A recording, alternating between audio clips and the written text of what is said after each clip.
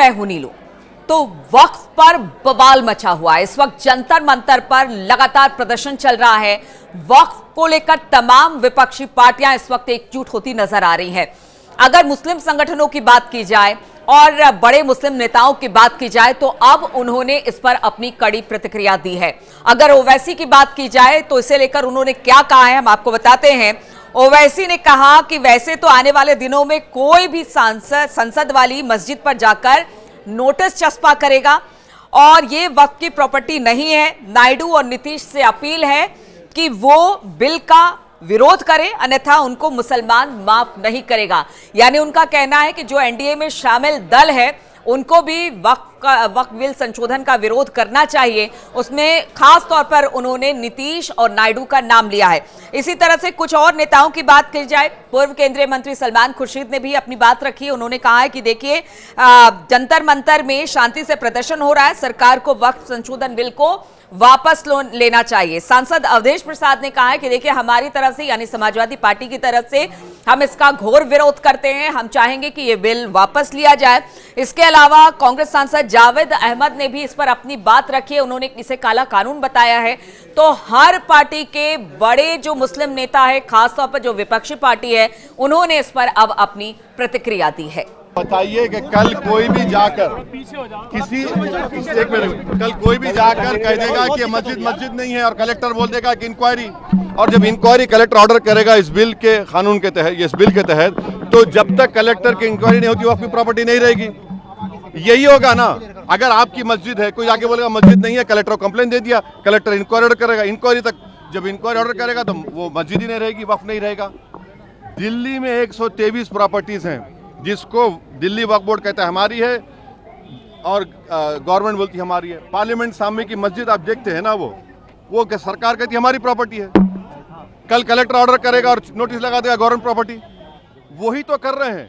और हिंदू धर्म में, सिखों के धर्म में, जैन धर्म में, बौद्ध धर्म में उनके जो मजहबी बोर्ड्स हैं उसमें तो कोई उन्हीं का मजहब का नहीं बन सकता है। यहाँ पर आप कैसे बना रहे हैं फिर, और ज्यादा बना सकते हैं क्या?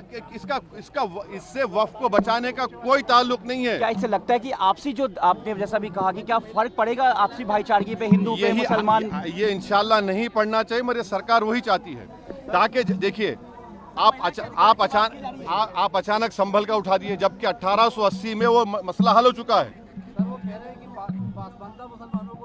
अरे भाई, पासमानदा मुसलमान का, आपका एक मुसलमान का एमपी नहीं है? बेशर्मी की भी कोई हद होती है यार। तुम एक एमपी को नहीं बना सकते? लोकसभा में कितने एमपी है तुम्हारे पास? कितने तुम्हारे पास मंत्री हैं बताओ, मिनिस्टर है? आप हमको ये बताइए कि कौन सा प्रोविजन जो वक्फ को फायदा पहुंचाएगा। सर, ये मुहिम सुनिए, आप कह रहे हैं कि ओरल गिफ्ट नहीं होगा, और फिर आप कानून ये कह रहा है कि अगर मैं वक्फ, ये बिल में कह रहे हैं कि आप ओरल गिफ्ट मस्जिद को नहीं कर सकते मगर ओरल गिफ्ट अपने औलाद कर सकते।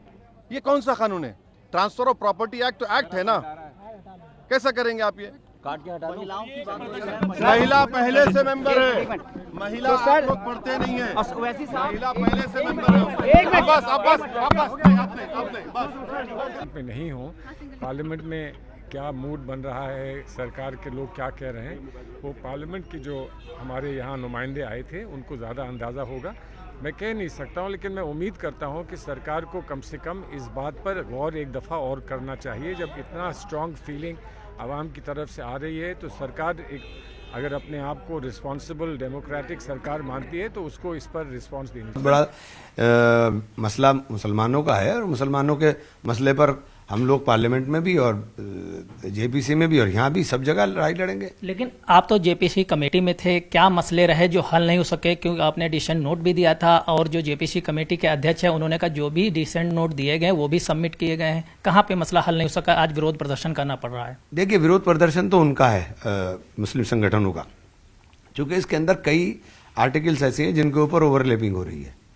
संविधान के अंदर ओवरलैपिंग नहीं की जा सकती। तो क्या इस विरोध प्रदर्शन से मसला हल होगा?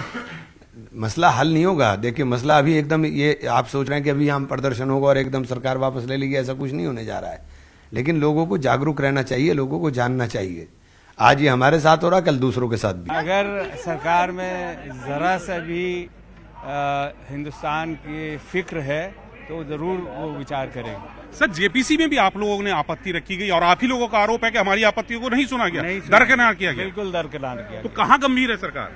सरकार गंभीर अभी तक नहीं है, लेकिन जिस तरह वो लोग कब्जाना चाहती है ज़मीनें, प्रॉपर्टीज़ मुसलमानों की, और ख़ास करके गरीब मुसलमानों के लिए जो दी गई है, अगर वो नहीं फैसला बदलेंगे तो सबके लिए मुश्किल हो जाए। सर संसद में वक्फ संशोधन बिल काला विधेयक है जो हमारी पार्टी समाजवादी पार्टी और माननीय अखिलेश यादव जी का क्लियर कट स्टैंड है।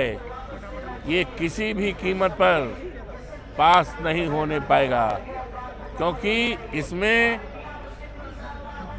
भारत की सरकार का इरादा अच्छा नहीं है। लेकिन आप इसको कैसे रोक पाएंगे? रिपोर्ट तैयार हो गई, सदन में पेश होगी, आपके पास इतने नंबर्स भी नहीं है जो इसको आप रोक पाएं। रोकेंगे, देखिएगा क्या कदम होगा अगला आपका? कदम देखिएगा, ये रणनीति का खुलासा नहीं किया जाता।